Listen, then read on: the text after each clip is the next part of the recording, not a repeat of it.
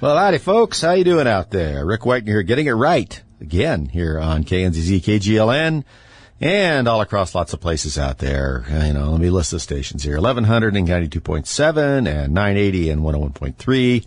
And, of course, on the Internet and on our podcasts, which a lot of you have been downloading. Thank you very much. You can get our podcasts, apparently, as I've discovered, on your iTunes by asking your Amazon device to play it, which I found to be pretty amazing, and all sorts of stuff. And as I've been promising for a long time, we're going to try and start doing some bonus content that's not in the shows. So when I get that going, I'll let you know. But you guys have been listening to them, and I hopefully that you're asking other people that haven't heard the show maybe to listen to it. I try and be interesting as much as possible. I have my own limitations here, but I am trying. And I really appreciate all your listenership. Anyway, so we're back. So what's happening this week? Well, Tucker's gone. We know that. Whole week full of that. That was pretty interesting. My understanding was that his producers didn't know and that they were still preparing the show for Monday night. And the show was going to be about the settlement with Dominion voting machines that, of course, Tucker and, everybody at the station, their emails have been in there and been involved with. And I think they settled for, $797, I don't know, right in front of me, $1 million. Pretty much chicken feed to those guys. But that's quite a lot of money. And right after that, no connection there.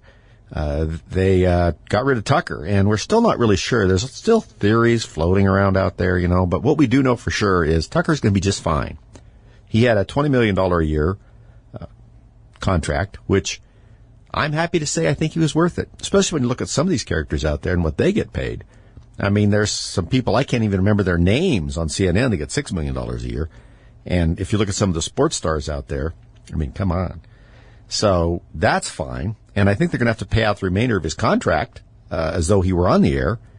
And I'm also going to guess, because we haven't heard anything about it, that he doesn't have any non-compete there for that term, which means is that he can probably go do whatever he wants. The question is what does he want to do? Me, I'd like to see him do two things. I'd like to see him be on the radio, because I think that would be great, because I think he is, in fact, the new Rush in many ways.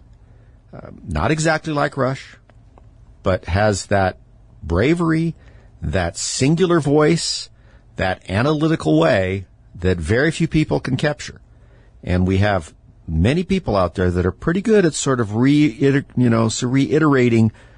points over and over again. But Tucker, like Rush, and a few others, my favorite, of course, Victor Davis Hanson, Douglas Murray, I think, Jordan Peterson to some extent, a couple of others, have unique takes on things and that are insightful.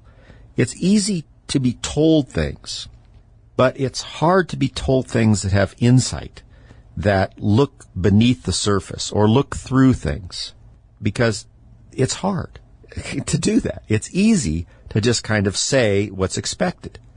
And that doesn't mean it's wrong. It just means that it becomes repetitive. And in the repetition, it loses its value. It loses its impact. And Tucker was one of these people that I think always understood that. Rush was always like that. I mean, his depth of analysis was clear-eyed, and he looked through things. As he liked to say, he knew the other side like he knew his own body, right? And then he worked with his brain, half his brain tied behind his back just to make it fair. And that kind of thing is rare. There's plenty of people I like to listen to and get their opinions and hear their guests and so forth, but there's not many that make me think. I try and do that here. I don't know how successful I am. I try and think about these things and look at them a little differently, and I try and see through the lens of both history and philosophy and some of the things I've been interested in over the years. And sometimes that gives you a little different approach. It doesn't necessarily mean it's more right or anything like that. It's just sometimes you have to see things in a slightly different light and in highlight. And one of the things about Tucker that was always good is that even when things were happening that everyone else was talking about 24 hours a day, even when he talked about it, he had a slightly different slant on it. And he would move on and give us more information. So I would love to see him on the radio. I think it's more likely that we're going to see him, and we may see him on the radio, but I believe that he may set up a podcasting system like Joe Rogan. Now, Joe Rogan gets more listeners than pretty much anybody on cable news. And I think Tucker could draw people to that. And one of the things I like about that is that if he does that, then it will draw a lot of people who have not been particularly interested in podcasting into that realm, because there's a lot of really interesting ones out there. I mean, I have mine I'd like people to listen to, but, beyond that, I mean, I listen to Adam Carolla a lot. Well, not a lot, occasionally. Now, a lot of the things on podcasting that people have a problem with, and I understand it, is there's a lot of profanity. Because, see, it's not controlled. It's not anything over the airwaves, per se. It seems like over the airwaves because it comes through the internet and then your Bluetooth headphones sometimes and this and that, but it's not. So there's a lot of profanity and things like that. Sometimes profanity on good podcasts. So you kind of have to get past that. I don't think that would be the case with Tucker. But a lot of the podcasts, or a fair number of them, I should say, certainly not the majority, but a number of them are video as well. Joe Rogan's like that. When you pull up his podcast, you get the video of them being in the studio as well as the audio. And you can walk around and listen to the audio. You don't have to see it. But if you want to watch it, it's kind of interesting. It's very interesting sometimes. And they have a neat setup that I would like to replicate. And I keep threatening to do it. It's just that there's this thing called Room. I don't Room. I'm crowded into my little home studio as it is, but I'd like to find a place to set up. What they do is they set up across a large table from one another. Now, obviously, I'm not getting paid $100 million for my, like a 5-6 year contract as a Spotify. I can't remember what it is. But even then, I mean, it's pretty straightforward. And he has a producer that works there with him, at least one, I think two. You don't see them. And they're on their headphones and microphones across from each other, just like you do when you're on the radio, so that you can hear each other clearly and hear what's being said. But on one wall, they have a fairly large television, or screen rather, set up so that they can hunt things up on the internet and throw them up. And if you're watching the show, you can see what they're looking at. And what makes that kind of neat is the show's very free form. And as they're talking about things, someone will say, oh, yeah, we'll see if we can find that, he'll say. And then they'll talk for a little bit, and they'll find like a film clip or a picture of something or whatever and toss it up on the screen. And it's that natural dialogue between people that I think what really does it with Rogan and some of the others. It's that conversational thing where you feel like you're sitting there with them. You're not really able to talk to them per se, but you feel like that you're in part of the conversation. And that's what I've always wished on our show is I want people to feel like that we're just chatting here, that you're sitting someplace with a cup of coffee, maybe a donut. Hopefully you'll save, a donut for me, since it is my personal weakness. And there's a discussion going on about things, and it's conversational. No one's lecturing at you. I mean, I probably feel like I do that sometimes, but that is the difference. And I think that kind of podcast setup would be great for Tucker. And also, you're not under the constraints, and this is what Rogan really likes, and some of the others that are good out there, is you're not under the constraints of commercial breaks or time. I mean, sometimes they'll talk a fairly long time with a guest, and then sometimes it'll be shorter. I mean, it's just how the conversation goes, which helps with the natural flow of things. It's much more interesting in these situations than you see on television. And I think it's what they're doing with Fox Nation. Now, the big draw on Fox Nation for everybody was Tucker. I mean, I saw everybody talking Fox Nation this, Fox Nation that. I didn't hear anything that really pushed me towards wanting to subscribe to it, except occasionally Tucker would have some pretty interesting people on. And I thought, well, it might be interesting to hear that. So I think they're in real trouble without him there for Fox Nation, in addition to everything else. I'm sort of looking forward to another step out there that I not only think will be more interesting and exciting, but will draw people in who haven't necessarily come to that medium as yet. And that's what's really going to be growing. And I really would like to set a studio up like that too, where we wouldn't just be doing audio, but we could have video and have someone, work on a screen so we could show people what we were talking about. And it wouldn't have to be a setup. It would be as the conversation flowed, and someone would say, I remember there was this coming up, and what about that? And then someone finds it on the computer, throws it up there, and plays it, and we all hear it. That would be great. All right, everybody, we're back. Before I go on any further, I think I just have to say one thing, and that is, God bless George Strait. All right, here we are.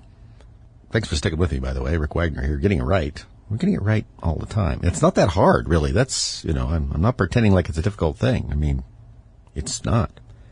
I want to address something on our webpage, by the way, which I'll bring up again, which is therickWagnerShow.com or politicalviking.com, since that's where you can find us on Facebook.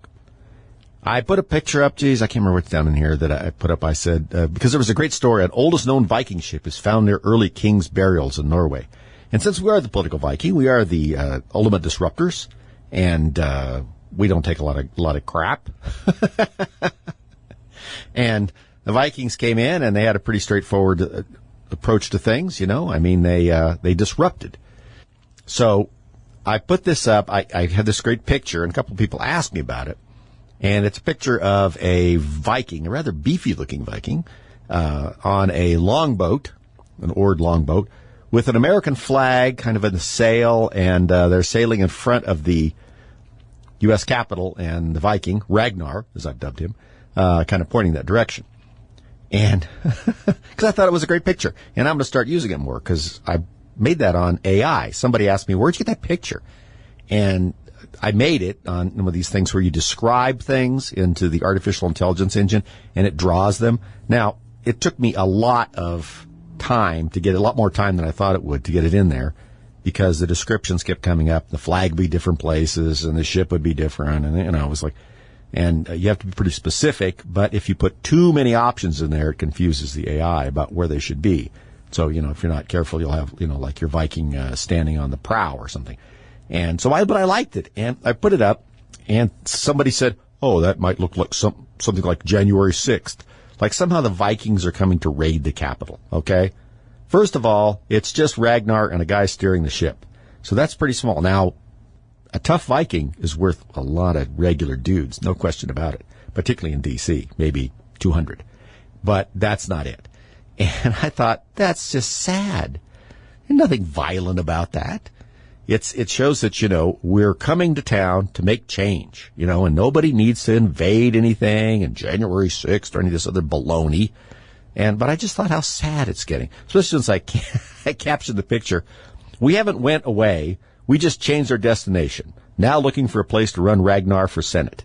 And that's true. That's going to be what I want to see this on. Ragnar for Senate. I mean, that has a nice ring to it, doesn't it? If only Ragnar was truly a person. Although we have people in the Senate now that don't seem to be actual people. Certainly functioning no better than Ragnar, who's made up. Ragnar's probably less damaging. He's not even real. But anyway, but I thought that was cool. It's something that comes up from the AI. There's a lot of positive things with AI. The problem is that many people are lazy. And the scary thing about AI is it can start helping people be even lazier and do things they shouldn't not do. You know what it reminds me of is when I used to do a lot of criminal prosecution. As you guys know, I'm a lawyer. I'm here in Mesa County, Colorado, and we do all we really do is people in car accidents and stuff like that, because I don't want to do criminal law or anything. Doing this for a long time, and we've had great luck with it, and it's all due to you people. And you're my backbone. I wouldn't be able to be successful at all without you guys. But anyway, it reminds me a little bit, because you used to see these embezzlement cases, and I get some of the complex crimes as addition to the drug crimes, and you'd think, well, how are they embezzling all this money from this business? And what would happen is someone would be the business owner, and they would get tired of reviewing the books and bills and this and that. And instead of making that last line of defense, which is to review everything and you be the person that has to sign the checks. I know in a small business it's difficult to always be there, sign checks, be sure someone's there on payday. If you go on vacation, you know, try and figure out a way to get checks to people. I mean, it turns into a lot more of a problem. I mean, when you're just a couple of folks running a small business with a few employees. But what would happen is lots of times they would find someone who they would eventually just turn it all over to. They just didn't want to be bothered with it. You go ahead and pay the bills. I'll look at the books at the end of the month and this and that. Well, that opens the door to all sorts of problems.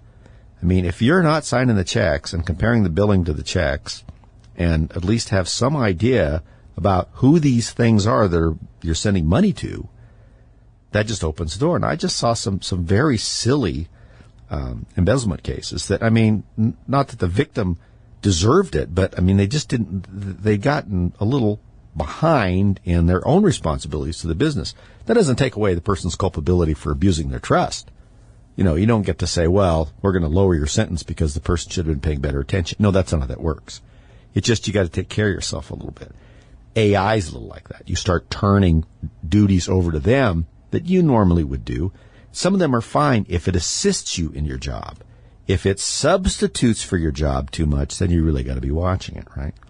So this generation, this art generation, was kind of fun, but it took a lot more time to describe what you wanted and you thought, which actually helps you understand kind of the way the artificial intelligence works. And so, I mean, that's where that came from, because I know people were kind of, a couple people were interested in that. And it's just simply to show that, some outsider has to come in and disrupt things. And I want to do it through the ballot box, and we need to do it through the ballot box while we still have ballot boxes and are still have any faith in them. And I'm having less all the time. That's a very, very unfortunate situation. You cannot survive in any kind of republic, democracy, whatever, I get tired of that word. Our democracy. Like what? What do you mean by that, Chuck Schumer? Do you mean Athenian democracy? Do you mean constitutional democracy in a republic? What do you mean? What do you mean by democracy? I think what he means by democracy is not what you and I mean by it. I think he means more, because they feel like they have a lot of people who are dependent on them, that they like the Athenian democracy thing, where just everybody gets together and shows up and gets to vote, and the will of the day is what carries the day, right? The Greeks found that did not work, right? Didn't work. Over time, you can't have that kind of sway and opinion. It's too easy to buy people off. That's always a problem.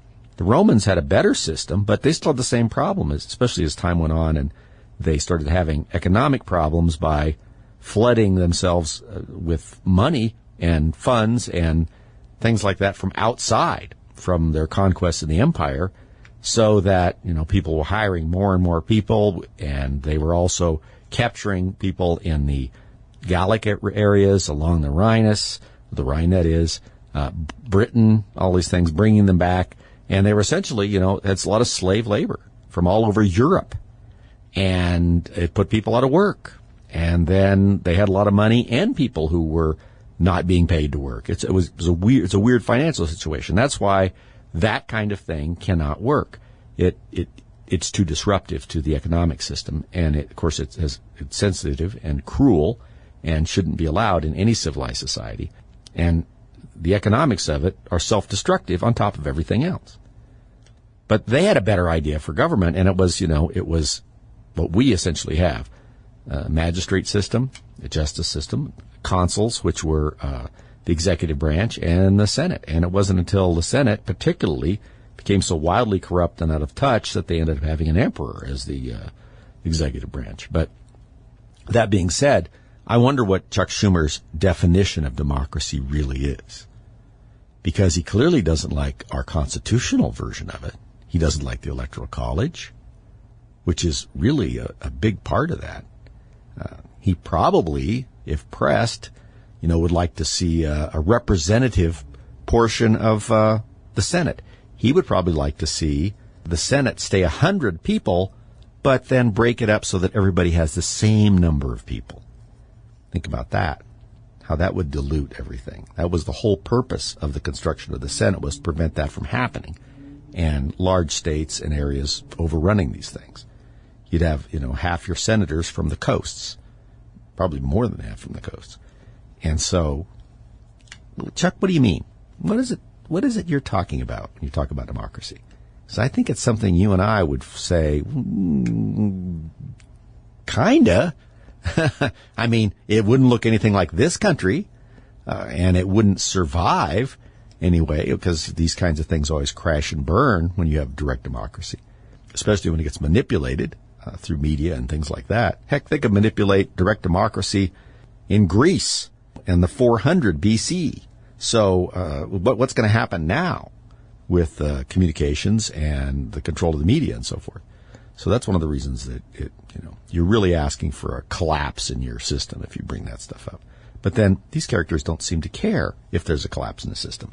And some of them seem to prefer a collapse in the system. They somehow think, as we've discussed before, the system will collapse, and then they'll rebuild it with these fantastic ideas that they have that are childlike, really, and also repressive and vengeful in many ways. But they're going to that's how they'd rebuild society, and that's not a prescription for a successful society either, despite what these pinheads think.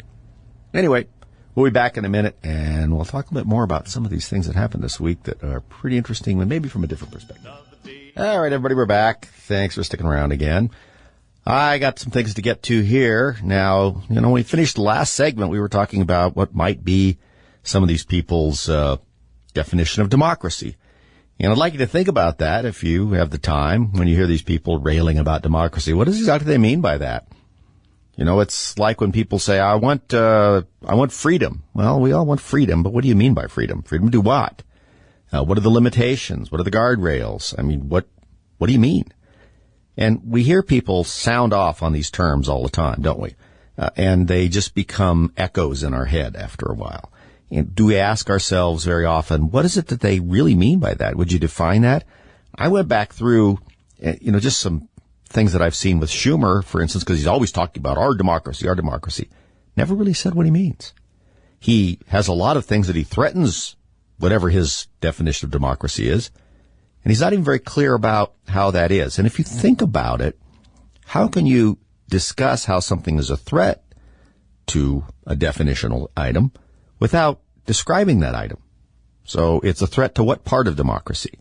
What version of democracy, or your idea of it, which may have nothing to do with democracy as it's defined or as we believe it, does this thing you're talking about threaten?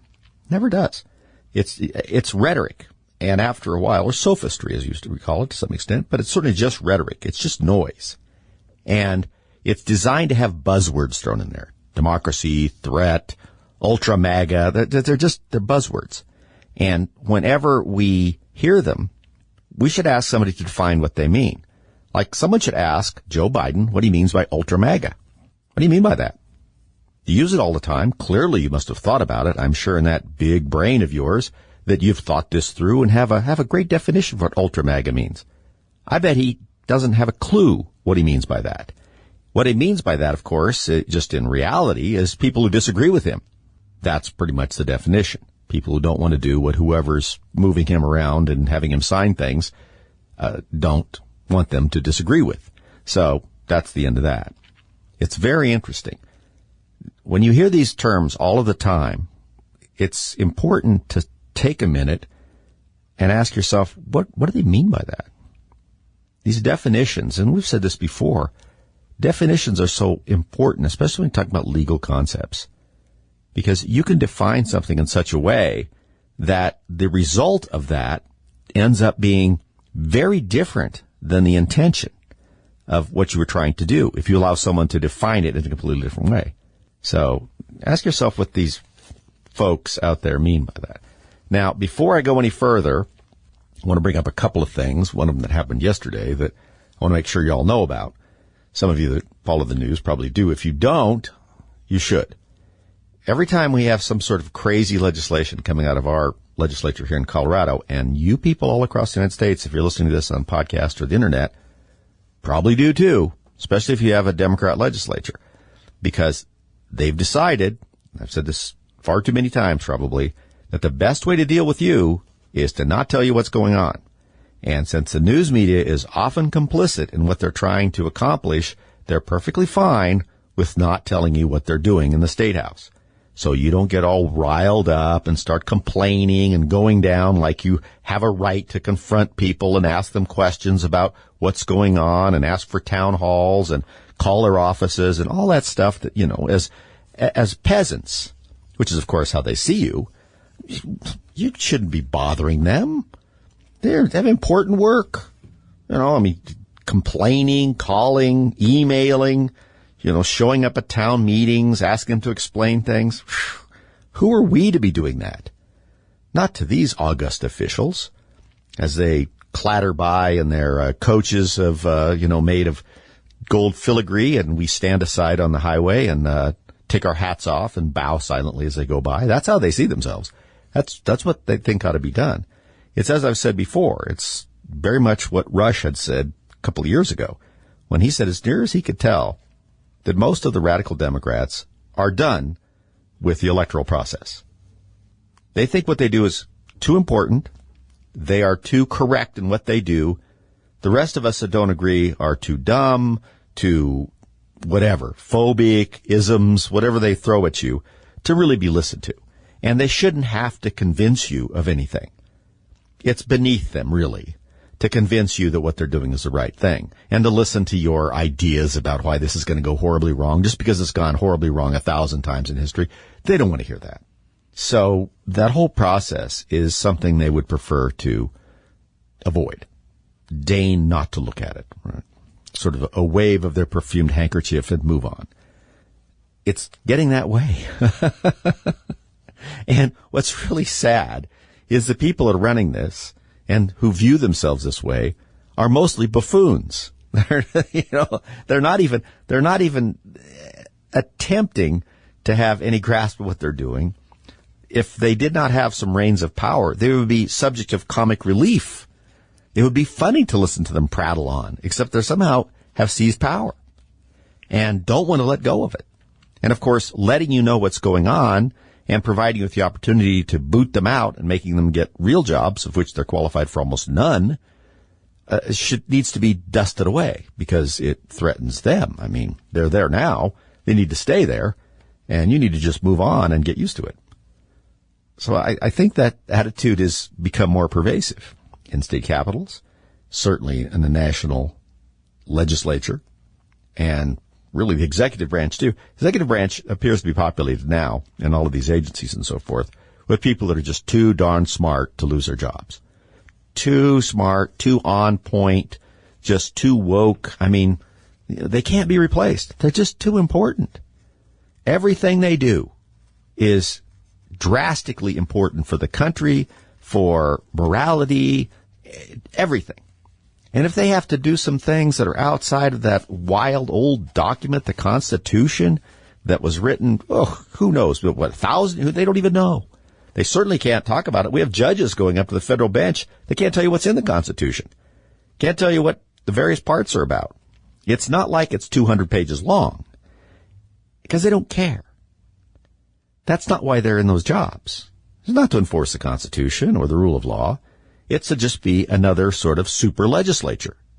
That's how the Democrats seem to see this idea of putting judges on the bench, is not to have a judicial approach and interpret the law and apply it to this fact situation. It's to take the law, find a fact situation they'd like to get to, and then pretzel the law around until it fits their goal, so that it sounds like it's being done that way, sadly enough. But anyway, here in Colorado, Governor Polis, the libertarian Governor Polis, the moderate Polis, the possible, VP candidate if it weren't for Kamala, signed 4 more gun control bills into law on Friday. Some of you have heard about these. They, of course, got ramrodded through. Remember, the Democrats now have a supermajority in the House and almost one in the Senate. I testified against one of these. It was pointless. I waited over 2 hours to testify. They gave me about as much attention as they would if there was a moth in the room and they could open a window and get it out of there. But I felt it was important because I think it's an overreach and will really solve nothing. But here's the ones that got signed, as though many of you probably know. One of them, of course, is this incredibly important one. I'm not sure it does a whole lot of good for anybody. They're going to be raising the age to purchase any firearm, not just handguns, any firearm from 18 to 21. So that will be coming in. The next is to establish a 3-day waiting period between the time you buy a firearm and by the time you pick it up. So you can go someplace, purchase the firearm, wait 3 days to make sure we don't know what you're waiting for, and go back and pick it up. Just to be extra difficult. And, of course, to put more burden on the evil firearms retailers. The other, of course, and let's talk about this, the last one, which is to make it easier to sue gun manufacturers for what happens with their firearms. Many of you know out there, this has been going for years. What they want to do, and this is a little bit like the law warfare that's going on with Trump. It's a way to use the courts to beat down, harass, and bankrupt people and businesses that they don't like by allowing lawsuits to be brought, usually to be brought in places where the manufacturers or these retailers or the individuals, for that matter, are very unpopular, and the jury pool is going to be pretty much against them before anything even starts. And because of that, they want to put firearms manufacturers in there, because in their mind, if they can't get through the idea to just ban firearms because that sticky Supreme Court still has a couple of danged old conservatives on it, then they'll just make it so that it doesn't make any sense to manufacture firearms in the United States, because they'll just put you out of business in lawsuits. And so the federal government still has some protections against suing these characters, these Smith & Wesson, Ruger, people like that, for what people do with their firearms, or retailers, so long as there isn't some crazy thing that they're doing, supplying somebody when they know exactly what they're going to do with it, things like that, which essentially makes them complicit in the action, right? If you are going to do something illegal and you come to me and you want to get something from me, purchase something, even though it may be legal to purchase, and I know that the purpose of that purchase is going to be utilized in the pursuit of a crime, there's a chance that I might be included as part of a conspiracy. I might be a conspirator or a compliciter. Depends on how it goes. So those laws are already out there. What this essentially does is that it allows this reasonable standard, which they know is going to be applied differently by juries that don't like guns, to say, well, if the manufacturers haven't done this, or if they're marketing it to people, and this is one of the things they've tried in the past, is to say, well, they're marketing these to kids. You know, what do you mean? You've already raised the purchase price to 18, and the purchase price is 18. That's not a child. And now you're going to raise it to 21. And at the same time you're raising it to 21, you're trying to make it easier to sue them. And one of the things you're making it easier to sue is because, well, they market it to kids. They're trying to get the same thing they did with tobacco and 2 or 3 other things, right? That you're marketing somehow to kids just to make it seem worse. Like you're glorifying it. And that's really not the problem with people that go nuts and kill people. It's because they're nuts and kill people. That's the problem. And because of that, they want to be able to knock any protections down, get rid of that standard, that distance between the people that make something and the people that use it improperly. What about, say, people that manufacture cars that are very fast, and maybe, people use them, improperly and intoxicated, and they run into people. And there's not enough safety features in them to prevent them from operating them intoxicated. We could put breath devices in all the cars that you would have to breathe into before the car would start to make sure that you're not intoxicated. Why don't we sue the auto manufacturers? Because they don't include those in all their vehicles. Think of how many lives could be saved that way. It's the same logic. So they want to eliminate that so that you can drag these guys into court, find a bad enough situation, somehow link them to it, even though the link between the manufacturer and what happened is totally distant and has nothing to do with each other in almost every situation, and allow them to be sued. The hope being that you get enough juries that don't like gun manufacturers that they'll hammer them with huge settlements, and these guys go out of business. That's really what it's about. It's not about trying to change their behavior. What behavior are they supposed to change? No, I mean, are we going to make it the gun manufacturer's job to, bring people in and have them go through a psychological profile? And what happens if that changes between the time they sell it and the time that they use it? I mean, it really doesn't make any sense. It's a way to get back at firearms manufacturers through the back door when they're not allowed to just ban the things, period. So we have that. We've removed that in Colorado. There's already a couple of lawsuits filed. They were getting ready to be filed. I think they were probably filed Friday.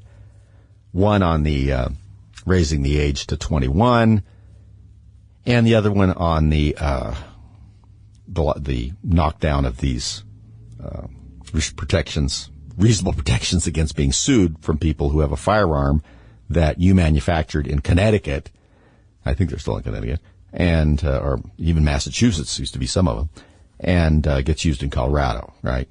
So we'll see how that turns out. The other one is this broadening of the Extreme Risk Protection Act, which of course is the red flag laws. They've broadened that out now so that a whole larger class, and I talked about this before, of individuals can now ask the court to impose a red flag order, which is to say to go to someone's house if the court believes it's necessary based on an ex parte hearing and search the house and seize all of the weapons. So now educators, physicians, psychologists, anybody, there's a whole group of those people that can now, in addition to family members and law enforcement, can ask the court to have firearms taken away from someone. And getting them back has proven to be very difficult.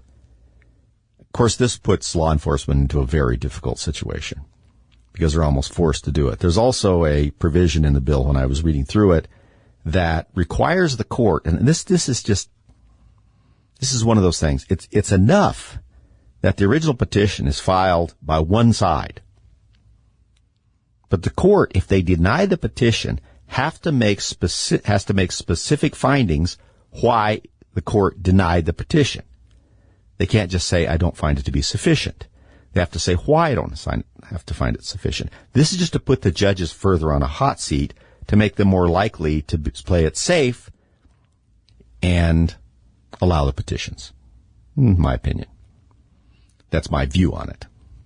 To say, okay, now you have to make some findings about, and your findings might be that these are third party, complaints we're hearing, that there's no direct observation, those kinds of things. I'm sure there'll be a lot of judges in Colorado that'll turn some of these down. But there's going to be a lot that aren't. And there's going to be a lot that are going to feel funny about turning it down and have to go on the record with a bunch of observations. I just think that's a way to sort of put a thumb on the scale a little bit there. So, welcome to Colorado, folks. Something else that's going to be happening probably in Colorado here that I pulled off the news because I just thought it was nothing to do with guns. It's that now, it does have something to do with lawsuits tangentially. More than 80% of the 4-year colleges out there are going to stop requiring standardized tests for the fall of 2023 admissions. Okay. Remember, you used to take the SAT or the ACT, and your score on those had something to do with how well you got into college, right? Whether you got into college or not, and what level of college you got into. 80% of the colleges now, 4-year colleges, aren't going to require that. Why is that? Well, I think we know. It's what they would say is, we're not getting enough diversity when we just look at testing. Okay. That would be an interesting point if you were to uphold some fairly rigid guidelines as people traversed the 4-year college to say, this is a standard. If we're not getting people in here because of some problems with the testing, that's fine. This is what we think you need to know. If you don't know it, you're going to flunk. Well, that's not what's happening. Some of these colleges, and like Victor Davis Hanson has said at Stanford, once you're in, they're going to make sure you stay in unless you just quit. So they're not doing that either. So what good are they doing someone? Well, they're cheapening everybody's degree because then you never know what someone knows and why they were let into school. Were they legacy people? Did they check some box? Did they, who knows what the story? You just don't know. You know for a fact that there was no testing before they showed up at college, and you know that when they get to college that it's hard to get thrown out anymore, unless you're conservative or something. Then it's pretty hard to get in, and then if you're in, Katie bar the door, what's going to happen with you there? At least that's what seems to be happening now. So what's happening is they're trying to avoid what's going on with this lawsuit against Harvard. Remember that there's a lawsuit still pending in the U.S. Supreme Court. We ought to be hearing about it at the end of this term.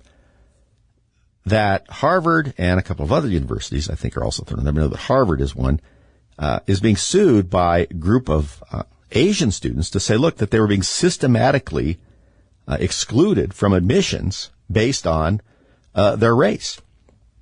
Because Asian students, because probably it seems like their culture, especially ones that have come here recently, their parents came here recently, have a lot better standardized testing and grades and things like that.